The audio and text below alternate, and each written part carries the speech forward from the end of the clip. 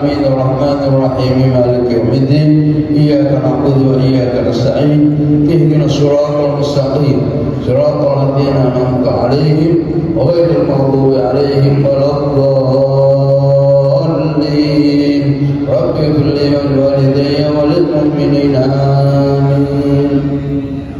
بسم الله الرحمن الرحيم. Wassalam-salam. Nawaitul i'tikaf fi hadzal masjid sunnatan lillahi ta'ala.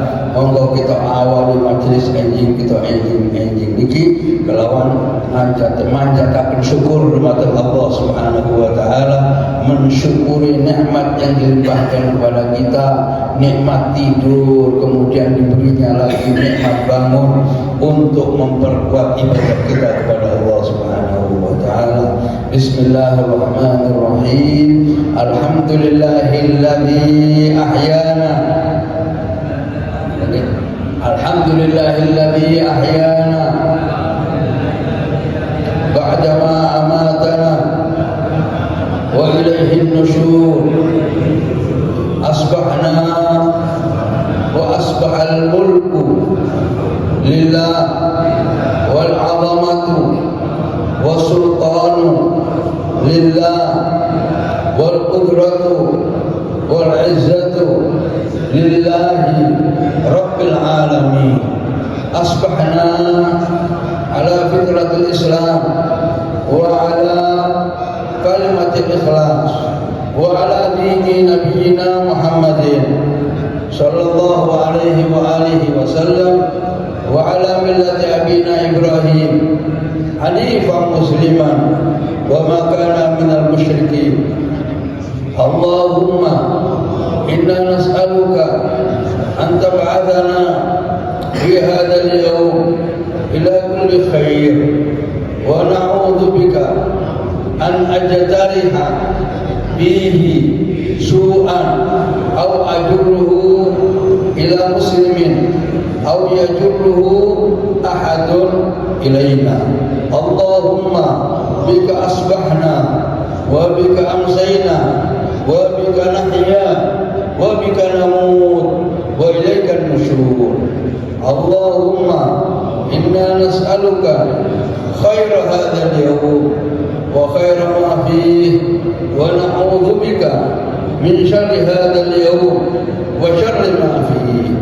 Allahumma inna nas'aluka khaira hadzal yawm wa fathahu wa nasrahu wa nurahu wa barakatahu wa hudahu. Wa sallallahu ala sayyidina Muhammadin wa ala alihi wa sahbihi wa sallam. Alhamdulillahi rabbil alamin. Bismillahil Fatihah. Bismillahirrahmanirrahim. Alhamdulillahi rabbil alamin. Arrahmanir rahim. Maliki yaumiddin. Iyyaka na'budu wa iyyaka nasta'in. Ihdinas siratal mustaqim. Siratal ladzina an'amta 'alaihim ghairil maghdubi 'alaihim waladdallin. Amin. Bismillahirrahmanirrahim.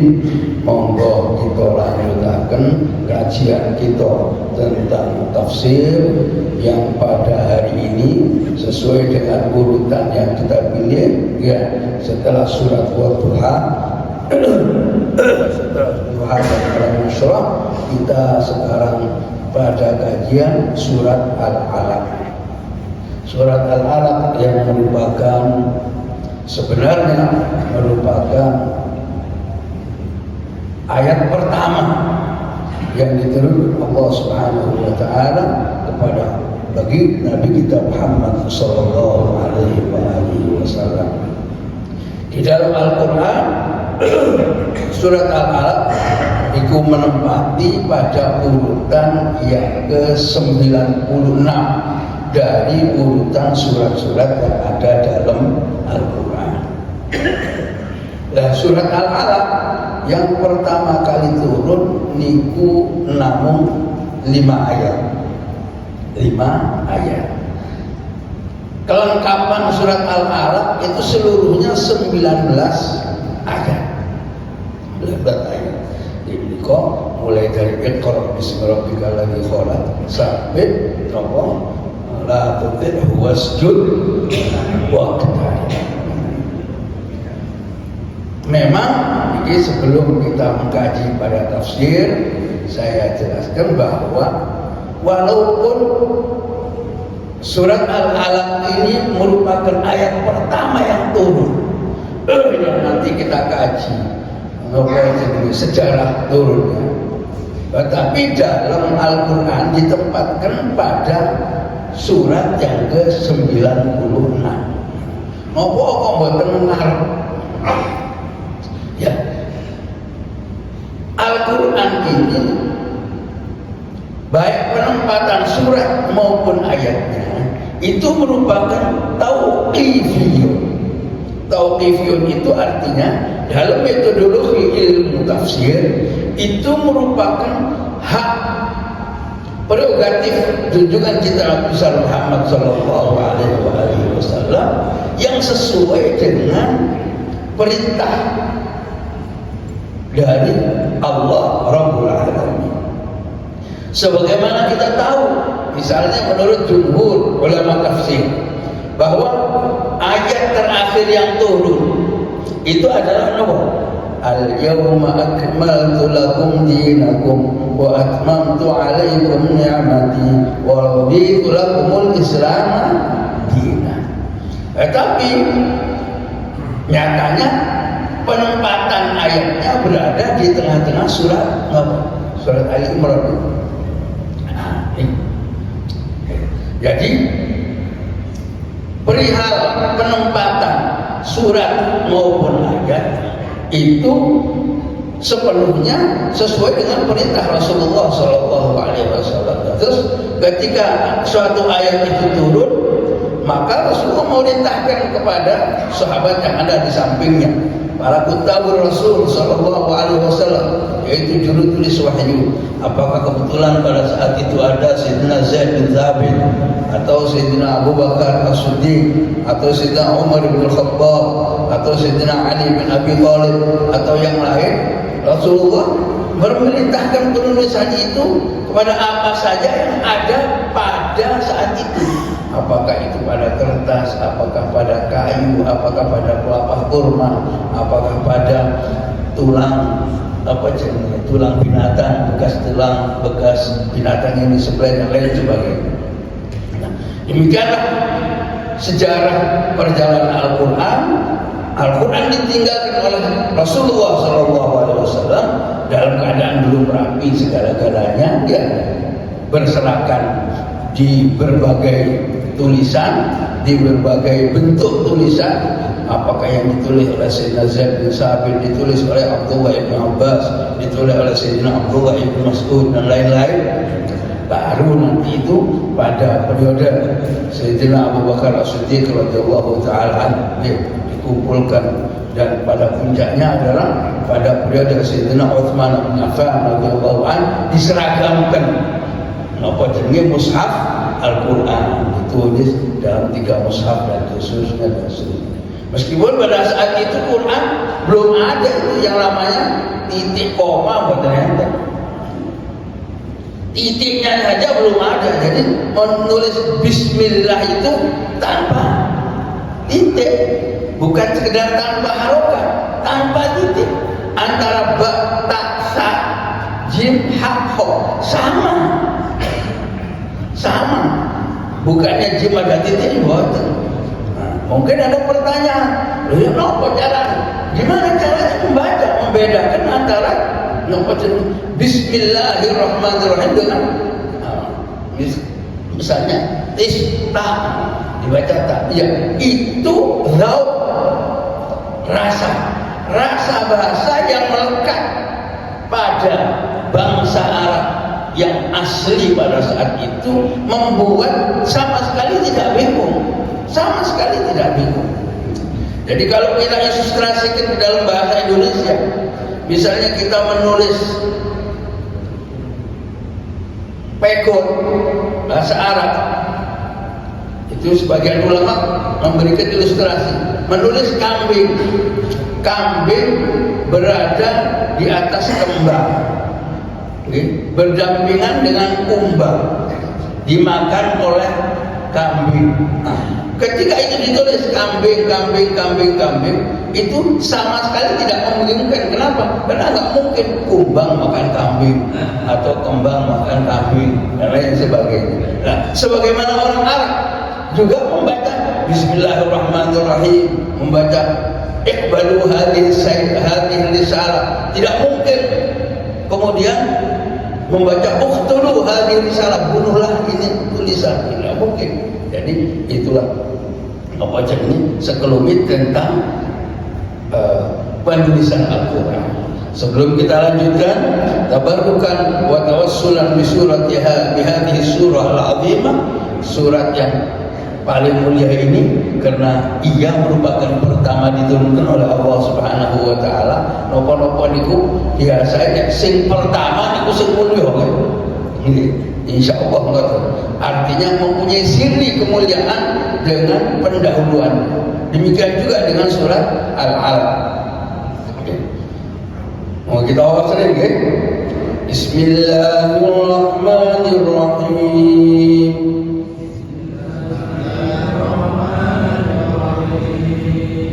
Iqra bismi rabbikal ladzi khalaq.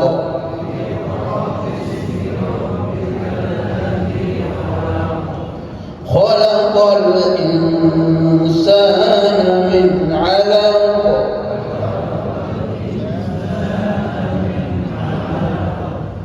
Iqra wa rabbukal akram. Alladzi 'allama bil qalam. 'Allamal insana ma lam ya'lam.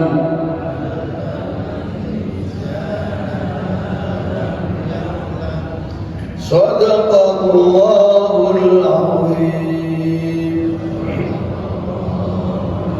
Alhamdulillahirabbil alamin. Mudah-mudahan barokah bacaan kita terhadap Al-Quran.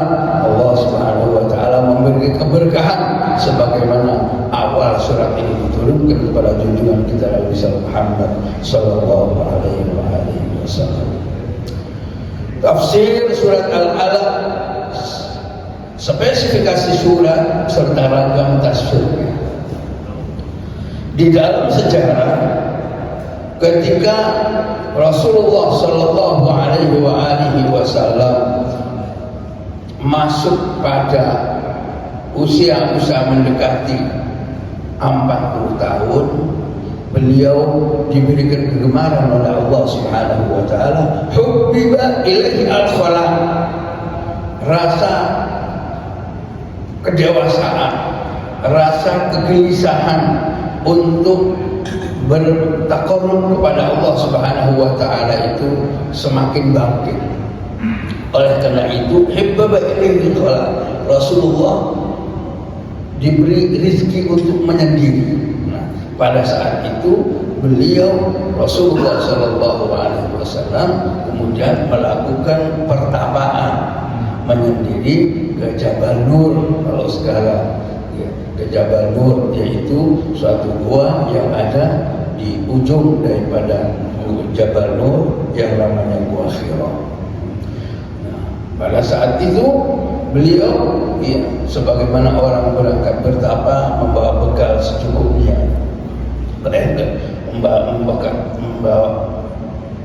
bekal secukupnya. Kemudian kalau ternyata dalam 1 minggu 2 minggu Rasulullah tak kunjung pulang, maka istri beliau tercinta Sayyidatuna Khadijatul Kubra itu yang menjenguk membawa makanan, jalan kaki dari kota Makkah ke Jabal Nur. Anda bayangkan Rasulullah umur 40 tahun, selisihnya 15 tahun gitu, dengan Sayyidatuna Khadijah Kubra, berarti usia beliau 55 tahun, jalan kaki dari Makkah menuju ke Jabal Nur atau Gua Hira yang melewati beberapa pebukitan. Pebukitan. Dan bukit di sana bukan seperti bukit di Indonesia, banyak tumbuh-tumbuhan. Yang ada di Makkah itu hanya bebatuan dan pegunungan. Beliau naik turun, dan terakhir naik Jabal Nur, paling tinggi. Anda bayangkan, saya sudah mencoba naik Jabal Nur pada saat sekarang, dan itu dari Mekah ke Jabal Nur sudah naik taksi. Naik taksi dari bawah ke atas itu seperti tidak kuat. Dari bawah ke atas seperti tidak kuat. Kenapa? Ya karena tingginya. Walaupun pada saat itu saya menggagalkan diri untuk masuk ke Gua Hira karena menghindari apa jenis kepadatan berziarah, kepadatan pengunjung. Justru pada saat itu dalam usia 55 tahun Sayyidatuna Khadijah yang beberapa kali menengok Rasulullah SAW dan mengirim makanan. Masya Allah. Allahumma shalli ala Muhammad. Makanya Sayyidatuna Khadijah Al-Kubra radhiyallahu anha merupakan istri satu-satunya yang tidak pernah hilang dari ingatan beliau meskipun beliau sudah meninggal. Beliau kebaikannya tetap diingat. Ada suatu kelebihan makanan diberikan kepada aqarib Khadijah radhiyallahu anha, diberikan kepada kerabat-kerabat Sayyidatuna Khadijah Al-Kubra. Ada misalnya beliau menyembelih kambing atau menyembelih sapi atau menyembelih onta, tidak lupa tetap mengirimkan sebahagian sembelihan itu kepada kerabat-kerabat Sayyidatuna Khadijah radhiyallahu anha. Dan pada saat ketika beliau bersama-sama dengan para istrinya, termasuk Sayyidatuna Aisyah radhiyallahu taala anha wa radhiyallahu taala anhunna jami'an, beliau tetap menyebut-nyebut kebaikan Sayyidatuna Khadijah Al-Kubra. Khadijah itu merupakan wanita yang mengasihi saya ketika orang-orang tidak mengenal saya. Khadijah merupakan wanita satu-satunya yang mengorbankan hartanya ketika orang tidak ada yang menyapa saya dengan harta. Khadijah yang menemani saya ketika napa jenenge diboikot, dia diboikot atau diboikot, diasingkan, dilarang keluar, bahkan dilarang tinggal di kota Mekah, diperintahkan untuk tinggal di lereng-lereng gunung dan seterusnya. Hanya Sayyidatuna Khadijah dan putri beliau Fatimah Az-Zahra radhiyallahu taala yang menemani. Ketika orang tidak mengenal saya, dia mengasihi saya. Ketika orang tidak mencintai saya, Sayyidatuna Khadijah yang mengawali untuk mencintai saya, menghabiskan hartanya dan seterusnya. Ya korbankan jiwa, harta dan segala-galanya sampai ketika Sayyidatuna Khadijah Al-Kubra meninggal dunia, tidak ada sehelai pakaian yang tinggal di luar pakaian yang beliau pakai, bahkan sudah penuh dengan tambalan. Satu-satunya ketika Sayyidatuna Khadijah akan meninggal, lalu nyawang sorbani Kanjeng Nabi. Ya Rasulullah, apakah boleh sorban itu saya minta? Ketika akan meninggal, Sayyidatuna Khadijah matur ke Kanjeng Nabi, apakah boleh sorban itu saya pakai ya Rasulullah? Kata Rasulullah sallallahu alaihi wasallam dengan senang hati, semua kekayaan telah engkau korbankan, ambillah sorban ini yang kemudian menjadi bekal beliau pakai ketika Sayyidatuna Khadijah Al-Kubra meninggal dunia. Allahumma shalli ala Muhammad. Nah, setelah menjalani beberapa waktu Rasulullah melakukan pertapaan di Gua Hira, kemudian Jibril alaihi salam turun kepada Rasulullah sallallahu alaihi wasallam dengan membawa surat ini, yaitu surat surat Al-Alaq atau yang dikenal dengan surat Iqra atau yang dikenal pula dengan Bil Qalam. Ya, namanya ada Al-Alaq, ada Iqra, ada Bil Qalam, sesuai dengan kandungan kata yang ada di dalam surat ini.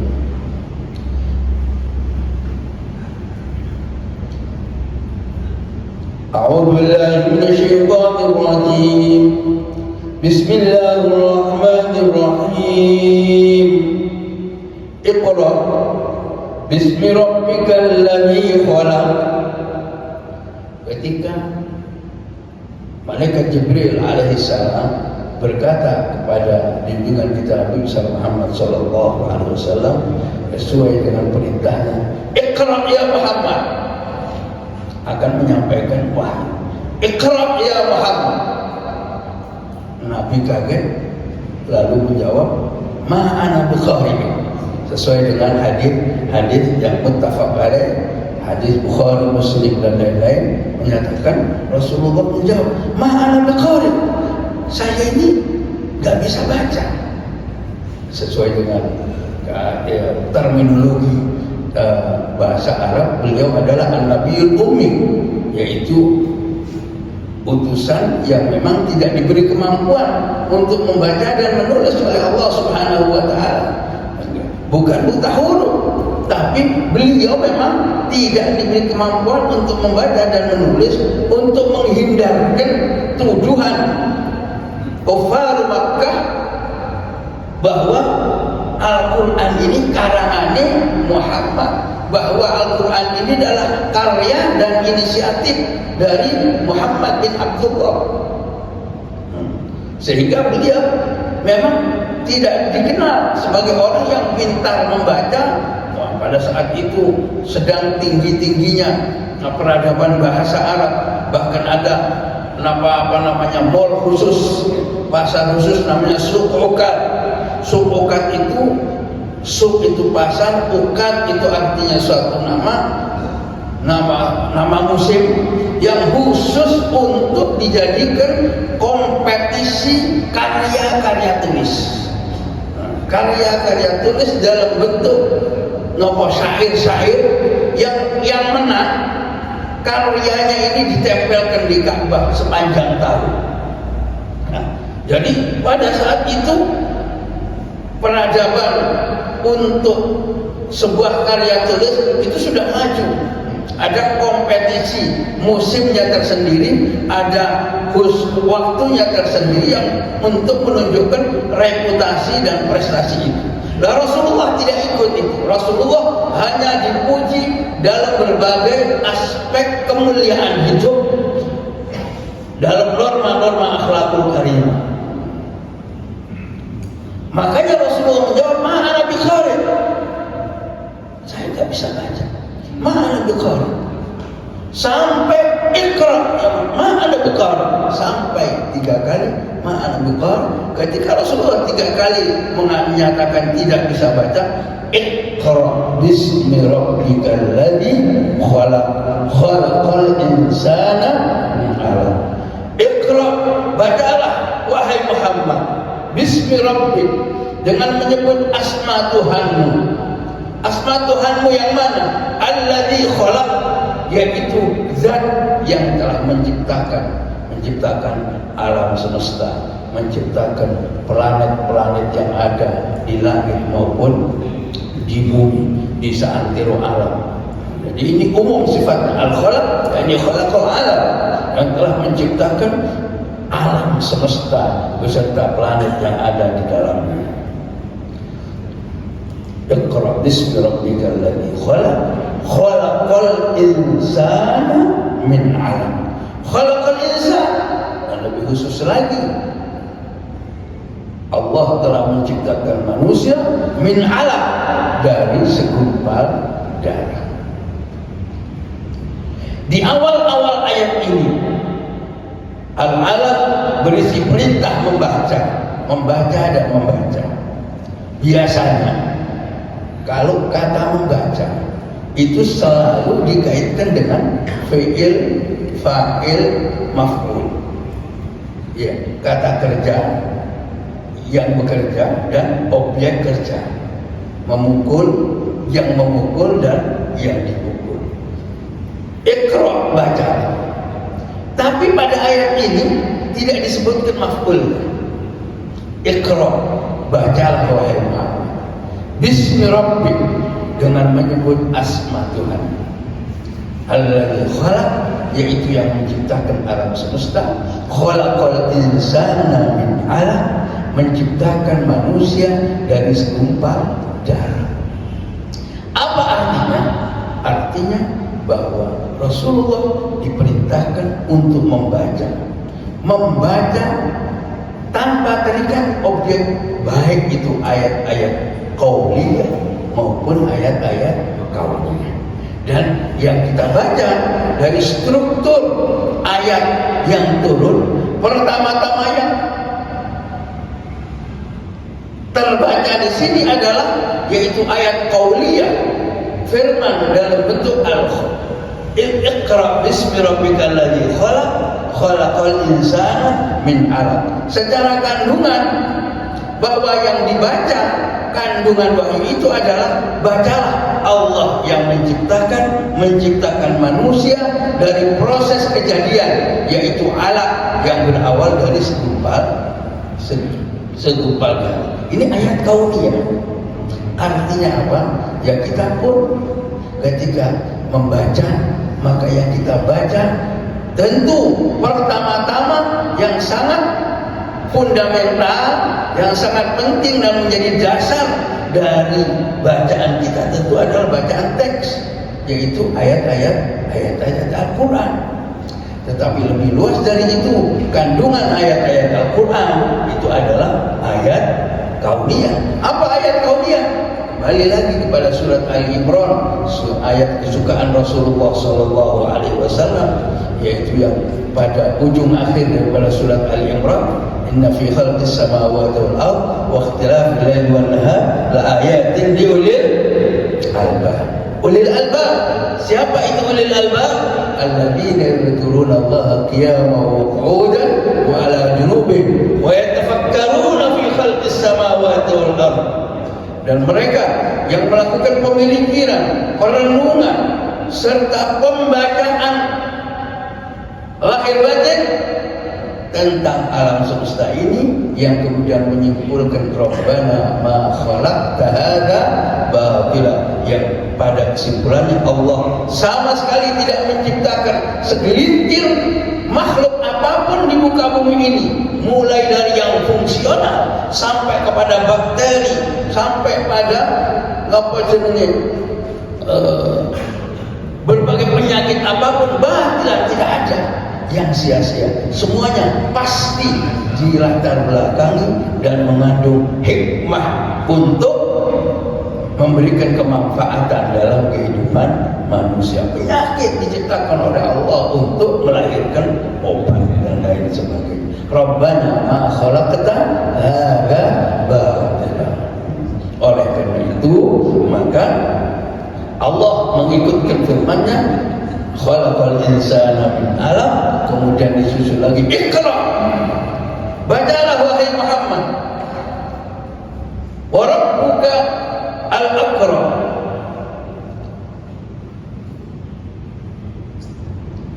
Iqra, bacalah wahai Muhammad.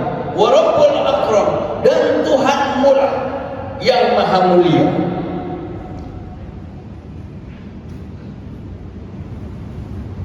Iqra bismi rabbikal ladzi khalaq, khalaqal insana min 'alaq. Iqra wa rabbukal akram, dan bacalah wahai Muhammad, wa rabbukal akram, dan Tuhanmu lah yang maha mulia, maha pemurah. Alladzi 'allama bil qalam, alladzi 'allama bil qalam, yaitu zat yang mengajarkan dengan al-qalam. 'Allamal insana ma lam ya'lam, yang dia Allah mengajarkan manusia ma terhadap segala sesuatu lam ya'lam, yang tidak dia ketahui. Pada perintah yang kedua, Allah Subhanahu wa ta'ala memerintahkan kepada Nabi kita Muhammad sallallahu alaihi wasallam, yang kemudian tentu saja karena Al-Quran ini diturunkan untuk umat Muhammad sallallahu alaihi wasallam, kemudian perintah itu berlanjut kepada kita. Bacalah bahwa Tuhanmu lah yang paling mulia. Alladzi 'allama bil qalam, yang mengajarkan dengan al-qalam. Mengajarkan siapa? Sini baru ada maf'ul. Allamal insana ma lam ya'lam. Allah yang mengajarkan para manusia tentang segala sesuatu yang dia tidak ketahui.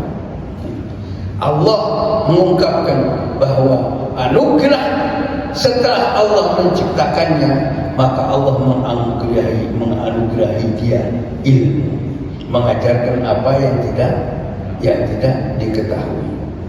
Nah, di sini kemuliaan manusia, para hadirin, ibu-ibu sekalian, bahwa kemuliaan manusia setelah diciptakan itu adalah terletak pada ilmu dan pengetahuannya. Oleh karena itu, ketika Allah Subhanahu wa taala menciptakan kakek kita Adam alaihissalam, itu yang dipamerkan di hadapan para malaikat yang merupakan bagian dari penduduk surga. Yang namanya malaikat, ada jin, ada banul jan ketika itu di surga. Allah berfirman, wa 'allama Adam al-asma'a kullaha thumma 'aradahum 'ala al-malaikati faqala anbi'uni bi asma'i haula. Dalam surat Al-Baqarah, wa 'allama Adam al-asma'a kullaha. Allah ajarkan kepada Nabi Adam alaihissalam tentang nama-nama segala sesuatu yang ada di surga. Kullaha, semuanya. Padahal malaikat tidak diajari kecuali saperluni. Malaikat yang diperintahkan menjaga pintu surga, ya tahunya hanya pintu itu saja. Yang diperintahkan menjaga neraka, ya tahunya hanya pintu neraka atau neraka itu saja, tidak tahu yang lain. Dan memang tidak diajari yang lain. Yang diperintahkan untuk meniupkan ruh, ya tahunya hanya meniupkan. Tapi Nabi Adam alaihissalam, wa 'allama Adam al-asma'a kullaha. Allah mengajarkan segala sesuatu yang ada di surga itu, kullaha, semua.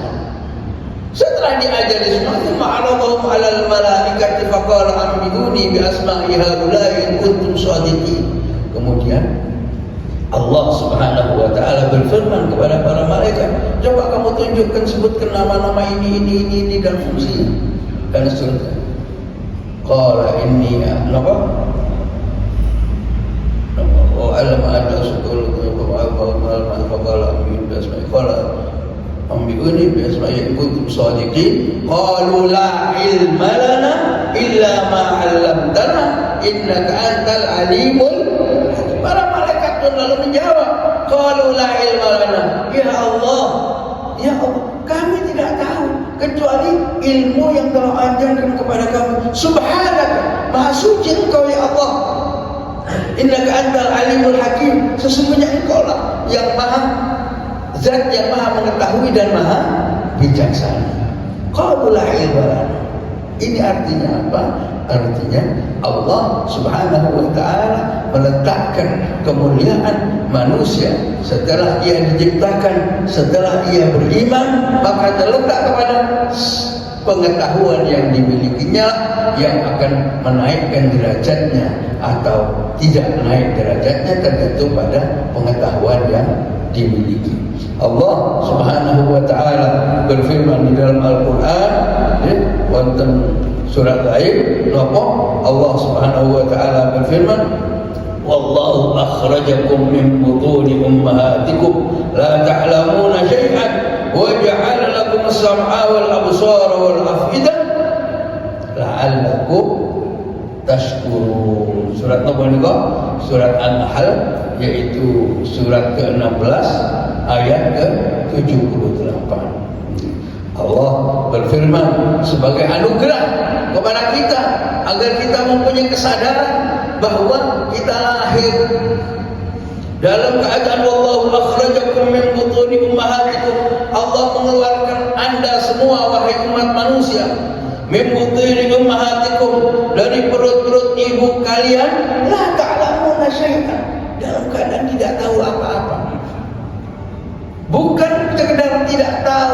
ilmu tidak tahu, konsumsi tidak tahu, logistik tidak tahu, bahan makan tidak tahu, tapi Allah ciptakan alat sambungan di dalam perut ibu yang membuat kita menerima konsumsi dari makanan yang dikonsumsi oleh ibu, yang kemudian dikenal dengan plasenta. Ya. Wa ja'ala lakum as-sam'a wal absara wal afidah.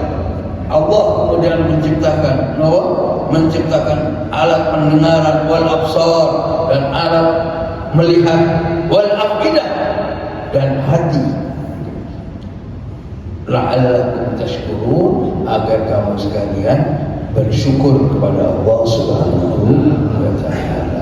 Oleh karena itu bersyukurlah kita sebagai manusia diciptakan oleh Allah Subhanahu wa ta'ala. Diciptakan, setelah diciptakan dianugerahi nopo, dianugerahi panca indera yang sempurna, buatan bisu, buatan tuli, kemudian organ-organ pemahaman, pengertian dan pemikiran bisa digunakan secara sempurna.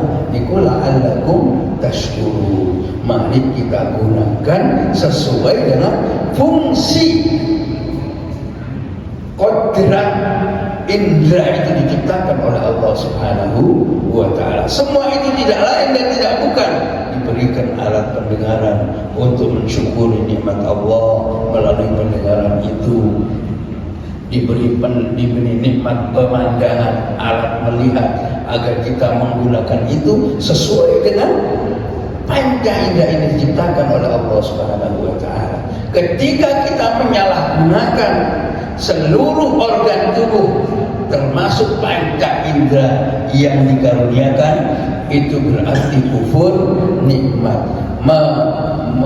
bertolak belakang atau tidak mensyukuri nikmat Allah Subhanahu wa ta'ala. La in syakartum la azidannakum wa la in kafartum inna adabi lasyadid. Nah, syukur itu adalah yang terpenting. Selain berucap alhamdulillah, selain merasakan bahwa betapa nikmatnya kita diberi hidung, diberi mata, diberi telinga, lebih dari itu adalah menggunakan alat-alat tersebut sesuai dengan fungsinya. Jangan sampai istilahnya diberi nopo ini, diberi pisau oleh tetangga, tapi kemudian untuk menyembelih ayam tetangga. Nah, ini kan nggak terima kasih. Demikian juga diberi penglihatan oleh Allah Subhanahu wa ta'ala malah untuk mendurhakai. Diberi umur tambah tua, tambah genah, tambah usia, tambah panjang, pengalaman tambah, kok tambah minter wong. Nah, ini namanya tidak mensyukuri nikmat pengalaman, tidak mensyukuri nikmat pengetahuan. Mungkin pasti yang lebih senior pasti lebih banyak pengalaman, banyaklah berbakti kepada yang lain, banyaklah menebarkan pengetahuan kepada yang lain. Itulah bentuk syukur kita kepada Allah Subhanahu wa ta'ala. Saya kira ini dulu yang bisa saya sampaikan sebagai pengantar kajian tafsir surat Al-Alaq. Insyaallah pada pekan-pekan atau pada waktu yang akan datang kita lanjutkan surat yang ke-6 dan seterusnya. Wallahu a'lam bishawab. Monggo menawi ada pertanyaan yang berkaitan dengan apa yang saya jelaskan. Monggo. Wassalamualaikum Muhammad. Monggo dari ibu-ibu barangkali ada yang perlu disampaikan. Bismillahirrahmanirrahim. Assalamualaikum warahmatullahi wabarakatuh.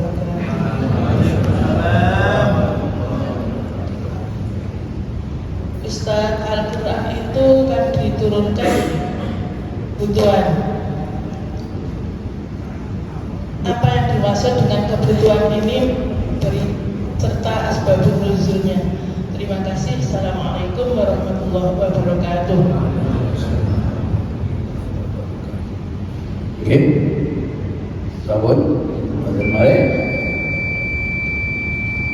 Ada pertanyaan, Al-Quran ini diturunkan tidak lain dan tidak bukan adalah untuk kebutuhan manusia. Kalau istilah Al-Quran, apa? Bismillahirrahmanirrahim. Alif Lam Mim. Dzalikal kitabu la raiba fihi. Bahwa Al-Quran ini sama sekali tidak mengandung keraguan. Apa fungsinya? Hudan lil muttaqin. Hudan merupakan sumber petunjuk bagi orang-orang yang bertakwa. Atau di dalam ayat lain apa jadi? Syahrul Ramadan alladzi unzila fil Qur'an hudan linnasi wa bayyinatin minal huda wal furqan. Fungsi daripada Al-Quran itu petunjuk, sumber petunjuk bagi orang-orang yang muttaqi, bahkan lebih luas lagi hudan linnas, sebagai petunjuk bagi seluruh umat manusia, wa bayyinatin, dan rincian dari petunjuk itu, wal furqan, sekaligus pembeda. Jadi pembeda agar manusia bisa membedakan antara yang hak dan yang batil, antara yang benar dan yang salah, antara yang menguntungkan dan yang merugikan, baik menguntungkan diri sendiri maupun menguntungkan orang lain, merugikan diri sendiri maupun merugikan orang lain. Nah, terletak pada apa? Nah, makanya perintah pertama itu adalah Iqra, baca. Artinya dengan membaca kita akan mendapatkan ilmu, mendapatkan input pengetahuan. Membaca terutama karena kita sekarang ayat-ayat qauliyah luar biasa luas. Utamakan ayat-ayat qauliyah dari Allah Subhanahu wa taala. Baca Al-Qur'an. Niki kok mergo males maca Quran. Aku tak maca ayat qauliyah ae. Apa? Mlaku-mlaku nang dunya. Niki keliru. Mengutamakan bener niatnya saja nih.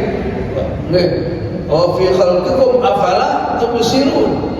Memang di dalam seluruh yang ada, termasuk dalam diri kita ini, ada ayat-ayat kebesaran Allah Subhanahu wa taala. Al-Qur'an yang berfirman, "Wa fi anfusikum", termasuk dalam dirimu ini, afala tubsirun. Nah, memang Al-Qur'an diturunkan oleh Allah Subhanahu wa taala untuk kebutuhan manusia. Kebutuhan apa manusia ini? Kebutuhan apa? Luas. Luas. Memang kalau versi Allah Subhanahu wa taala, kebutuhan manusia mulai awal sampai akhir, wa ma umiru illa liya'budullaha mukhlishina lahuddin. Wa ma khalaqtul jinna wal insa illa liya'budun. Itu untuk Allah Subhanahu wa taala. Tapi kita jangan lupa bahwa kita juga hidup di muka bumi ini sebagai khalifatullah fil ardh. Bahwa kita umat manusia ini diciptakan oleh Allah ini juga untuk menjadi wakil Allah di muka bumi. Sehingga bagaimana caranya dengan Al-Quran ini, dengan pengamalan Al-Quran ini, kita terlibat di dalam proses saling memberikan manfaat, saling memberikan faedah, saling mengembangkan kehidupan, sehingga kita tidak diam saja, tidak pasif tapi aktif. Allah memberikan standar, wa amma ma yanfa'un nas fayamkuthu fil ardh, wa amma ma yanfa'un nas fayamkuthu fil ardh. Apapun yang bermanfaat di muka bumi ini, maka Allah tinggalkan, ia tinggal tetap di muka bumi. Rasulullah SAW memberikan standar nopo, standar nopo jenenge teng hadis niku sallallahu alaihi khairun nas anfa'uhum, parameter parameter kemuliaan kita, parameter kebaikan kita dalam konteks kehidupan kebersamaan tentu adalah terletak pada seberapa banyak kemanfaatan kita hidup untuk yang lain. Memang dalam konteks perintah Allah Subhanahu wa taala, "Wa ma khalaqtul jinna wal insa illa liya'budun," yaitu berbakti dan beribadah kepada Allah Subhanahu wa taala. Dalam konteks kebersamaan, khairukum anfa'ukum linnas. Ini semua merupakan pengejawantah, merupakan penjelasan Al-Quran bahwa kehidupan kita sebagai manusia haruslah lengkap. Dalam istilah surat Al-Baqarah, "Duribat 'alaihim dzillatun aynama thuqifu illa bihablin minallahi wa hablin minan nas." Bahwa kehinaan itu akan mengena pada seluruh umat manusia kecuali dengan dua keterkaitan. Keterkaitan pertama yaitu merajut hubungannya dengan Allah Subhanahu wa taala. Hablum minallah. Jangan lupa hablum minallah, beribadah kepada Allah. Ketika perlu, tidak perlu minta kepada manusia. Iyyaka na'budu wa iyyaka nasta'in. Ini kandungan Al-Qur'an. Iyyaka na'budu wa iyyaka nasta'in, hanya kepada Allah. Akan tetapi di lain daripada hablullah juga hablun minan nas, yaitu merajut tentang hubungan kita sesama manusia. Jangan sampai umurnya tambah, tuanya tambah, pengalamannya tambah, tapi kemanfaatannya kepada orang lain nggak ada, malah merugikan. Na'udzubillahi min dzalik. Tuwek-tuwek dihormati, malah napa? Gendungi sing nom. Na'udzubillahi min dzalik. Saya kira itu Ibu, jadi kebutuhan kita dikuat penjelasannya, baik dalam konteks butuh untuk mengabdikan diri kepada Allah Subhanahu wa taala maupun kebutuhan kita untuk saling menebarkan kemanfaatan antar sesama. Kalau si Al-Quran, "Ma farratna fil kitabi min syai'in," sedikit pun tidak ada yang aku tinggalkan tuntunan ini dalam Al-Quran. Wallahu a'lam bishawab. Bagaimana? Monggo dari Bapak barangkali yang perlu disampaikan. Masih ada waktu 5 menit.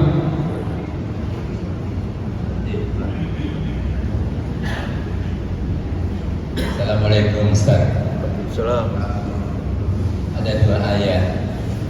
Apa yang dimaksud dengan qauliyah dan apa yang dimaksud dengan qauliyah?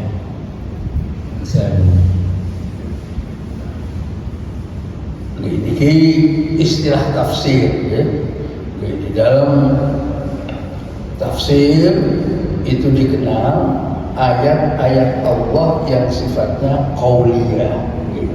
Ayat-ayat Allah, firman-firman Allah yang sifatnya qauliyah niku sing sifatnya jauh, yang sifatnya teks, yaitu yang disampaikan oleh Allah Subhanahu wa taala kepada para nabi dan rasul yang kemudian ditutup oleh Nabi kita Muhammad sallallahu alaihi wasallam, yang terkandung di dalam 4 kitab Taurat, Zabur, Injil, dan semuanya terkandung dalam Al-Quran. Itu ayat qauliyah, termasuk ayat qauliyah yang sekunder, maksudnya di luar ayat Al-Quran, yaitu hadis-hadis qudsi, hadis yang disampaikan oleh Rasulullah, yang disabdakan oleh Rasulullah itu tuh dawuhku, tapi dawuh Gusti Allah Subhanahu wa taala.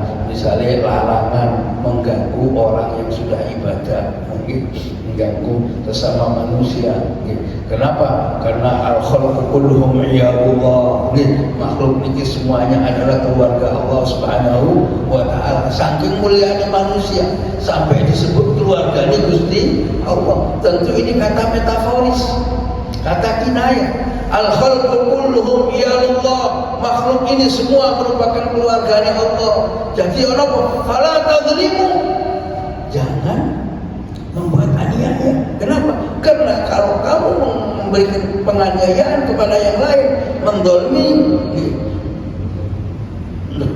ngangkangi hak orang lain, sami kali ngangkangi Allah Subhanahu wa ta'ala. Karena kulluhum ya Allah.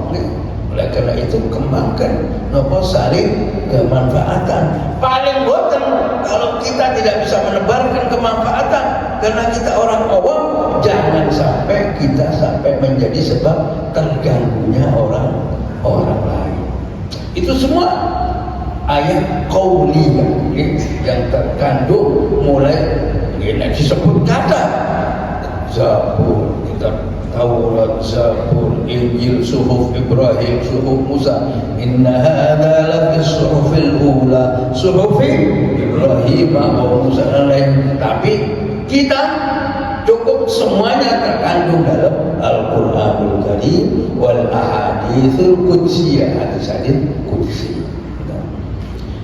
Dari ayat-ayat qauliyah ini kemudian kita diperintahkan oleh Allah untuk juga membaca ayat-ayat qauliyah. Nopo ayat qauliyah ini? Ayat qauliyah itu adalah penciptaan langit dan bumi dan seisinya. Bahkan Allah Subhanahu wa ta'ala menyebut wa fi anfusikum afala tubsirun. Nek kadoan nyawang langit, nek kadoan nyawang bumi yang 7 lapis. Wa fi anfusikum, sawangan awak, renungkan dirimu. Afala tubsirun, kata Allah. Apa kamu tidak berpikir? Apa kamu tidak merenung dalam dirimu? Ular diciptakan tanpa tangan, melakukan ngesot. Singa yang begitu perkasa kehidupannya berjalan di atas 4 kaki, kepingin melaku 2 kaki, betul sakit. Seluruh makhluk Allah semuanya kalau makan tidak pakai tangan, langsung dimakan. Walaupun singa langsung mulut, tapi manusia seleksi dulu pakai tangan. Ini tafsir memberikan penjelasan kepada kita merupakan kenikmatan manusia.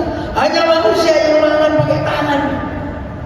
Ya enten sing mirip ketek, tapi ketek tidak bisa mirip. Karena tidak bisa mirip. Itu semua membuat manusia hidup terhormat, baik secara zahir maupun batin, mulia secara fisik maupun normatif. Artinya secara fisik kita terhormat, kepala pasti di atas, kaki di bawah. Bayangkan makhluk yang lain, buatan jelas, singa buatan di atas, ya di atas tapi nopo jeneng, datang, tapi manusia di atas. Itu fisik, belum lagi non fisik. Yang Allah menciptakan satu-satunya organ yang tidak milik yang lain. Nopo? Al-Lub, Al-Fuad, hati, rasa, yang untuk alat berfikir. Itu semua. Wa fi anfusikum afala tubsirun. Enggak, apakah engkau tidak melihat dirimu sendiri? Apakah kamu tidak berpikir? Semua organ tubuhmu maupun yang non fisik sekalipun, daya tangkap yang dimiliki oleh manusia, bahkan kemuliaan yang tidak terlihat itu melampaui seluruh makhluk. Jin, malaikat tidak terlihat, tapi manusia lebih mulia daripada malaikat. Bukti ini nopo? Bukti ini saking kepingin jin niku, saking senenge karo menungso. Jin yang pun seneng karo menungso niku sampai tajassum. Tajassum niku apa? Melahirkan jasadnya kepingin dadi kaya menungso. Begitu kagum dengan sewu yang sepuh-sepuh mau Mbah Kiai Hamid, umpamanya. Maka jin pun lalu kena hafal dengan pegang, ya, kena sering ngaji sama Ki Hamid. Akhirnya apa? Santrinya diketok-ketok Mbah Hamid. Mbah Hamid harus meninggal, saya ketok Mbah Hamid ngaji. Padahal saya ngaji jin, saya biasa ngaji Mbah Hamid. Misalnya demikian juga kemuliaannya. Jin itu begitu kagumnya dengan manusia sehingga ngaji kepengen ngaji nggak menungso. Kenapa? Karena otaknya jin itu jauh di bawah jangkauan otak manusia. Fisik memang jin lebih kuat, jin lebih kuat, tapi kekuatan jin yang tak terjangkau itu ditaklukkan oleh manusia. Tanpa pengen haji, tanpa numpak pesawat, mau coba khodamnya itu iso numpak jin, tunggu di Mekah. Makanya banyak. Itu sesuatu yang bukan mustahil. Jangan dibilang khurafat ustaz, khurafat itu bid'ah. Tunggu dulu. Karena Allah Subhanahu wa ta'ala berfirman di dalam ayat kursi, wala yuhituna bi syai'in min ilmihi illa bima syaa. Dan tidak ada yang bisa mengetahui atau meliputi ilmu Allah illa bima syaa, kecuali dengan sesuatu yang dikehendaki oleh Allah Subhanahu wa ta'ala. Kalau Allah berkehendak dengan surat Al-Ikhlas 3000 kali panjangkan iswa terbang, bisa. Kenapa tidak? Ibu saya bukan khurafat. Khurafat itu nek ngarang bujui itu khurafat. Kamu ini tidak. Nyatanya apa? Rasulullah sallallahu alaihi wasallam ketika Sayyidina Ali bin Abi Thalib radhiyallahu taala an dikatup oleh ular, kena busanya ular, dibacakan oleh Rasulullah sallallahu alaihi wasallam Al-Ikhlas, Al-Falaq, An-Nas, Waras. Pelajaran bagian daripada At-Tibbun Nabawi, pengobatan cara Rasulullah sallallahu alaihi wasallam. Kenapa? Karena balik kepada keyakinan Ahlus Sunnah wal Jamaah, tidak ada obat yang bisa menyembuhkan, tidak ada dokter yang bisa menghilangkan penyakit, tidak ada tabib yang bisa menghapus rasa sakit kalau tidak dikehendaki oleh Allah Subhanahu wa ta'ala. Jadi menurut Ahlus Sunnah wal Jamaah, ngombe bodrek, ngombe influenza, kalau ngombe banyu putih dicungani sami mawon, karena kekuatannya bukan pada obat, bukan pada nopo jenenge benda-benda nopo yang sifatnya medis, tapi kekuatannya kepada Allah Subhanahu wa ta'ala. Menurut akidah Ahlus Sunnah wal Jamaah, ketika Anda pilek minum influenza meyakini sembuh kena influenza, ikut terang. Karena minum influenza itu sembuh, kemudian Anda berkata waras mergo influenza, wah niki terancam akidah Anda, bisa murtad. Loh niki kitab jelas, kitab Ummul Barahin menyatakan siapa yang berkata kenyang kena makan nasi, sembuh kena obat, itu terancam akidahnya. Kenapa? Karena dia berarti menomorduakan Allah Subhanahu wa ta'ala di dalam kekuatan kehidupannya, bertentangan dengan substansi ayat yang dibaca, iyyaka na'budu wa iyyaka nasta'in. Oh, enak makanya Ahlus Sunnah enak. Wallahu a'lam bishawab. Sabar. Mugi-mugi kula panjenengan saya diparingi ilmu dari Allah Subhanahu wa ta'ala, ilmu yang bermanfaat. Mudah-mudahan barokahnya Al-Quran yang kita baca dan kita kaji, mudah-mudahan Allah Subhanahu wa ta'ala memberikan pemahaman yang benar tentang Al-Quran, menjauhkan kita daripada bid'ah dan khurafat dalam pengertian yang benar-benar.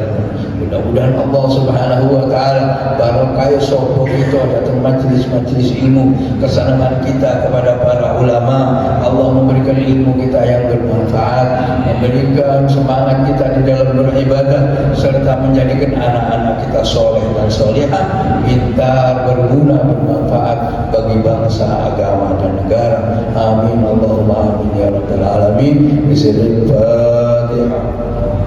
أعوذ بالله من الشيطان الرجيم. بسم الله الرحمن الرحيم. الحمد لله رب العالمين الرحمن الرحيم مالك يوم الدين. إياك نعبد وإياك نستعين. اهدنا الصراط المستقيم صراط الذين أنعمت عليهم غير المغضوب عليهم ولا الضالين. آمين. اللهم صل على سيدنا محمد وعلى آل سيدنا محمد. اللهم اجعل جمعنا هذا جمعا مرحوما وتفرقنا من بعده تفرقا معصوما ولا تجعل فينا ولا منا ولا معنا شقيا أو محروما. اللهم ربنا فاعلم ما علمتنا، رب علمنا الذي ينفعنا، ربنا افتح علينا حكمتك وانشر علينا من خزائن رحمتك يا أرحم الراحمين. اللهم إنا نعوذ بك من الهم والحزن، ونعوذ بك من العجز والكسل، ونعوذ بك من الجبن والبخل، ونعوذ بك من غلبة الدين وغلبة الرجال. اللهم اهدنا بهداك واجعلنا ممن يسار في رضاك، ولا تولنا وليا سواك، ولا تجعلنا ممن خالف أمرك وعصاك. وحسبنا الله ونعم الوكيل، ولا حول ولا قوة إلا بالله العلي العظيم. وصلى الله على سيدنا محمد وعلى آله وصحبه وسلم. والحمد لله رب العالمين. سبحانك اللهم وبحمدك أشهد أن لا إله إلا أنت نستغفرك ونتوب إليك. سبحانك اللهم وبحمدك أشهد أن لا إله إلا أنت نستغفرك ونتوب إليك. سبحانك اللهم وبحمدك أشهد أن لا إله إلا أنت نستغفرك ونتوب إليك. وقل سبحان ربك رب العزة عما يصفون وسلام على المرسلين والحمد لله رب العالمين. Dan aku dipangapunten menawi kuat terlepati pematur. Aku qouli hadza wa astaghfirullah li wa lakum. Wassalamu alaikum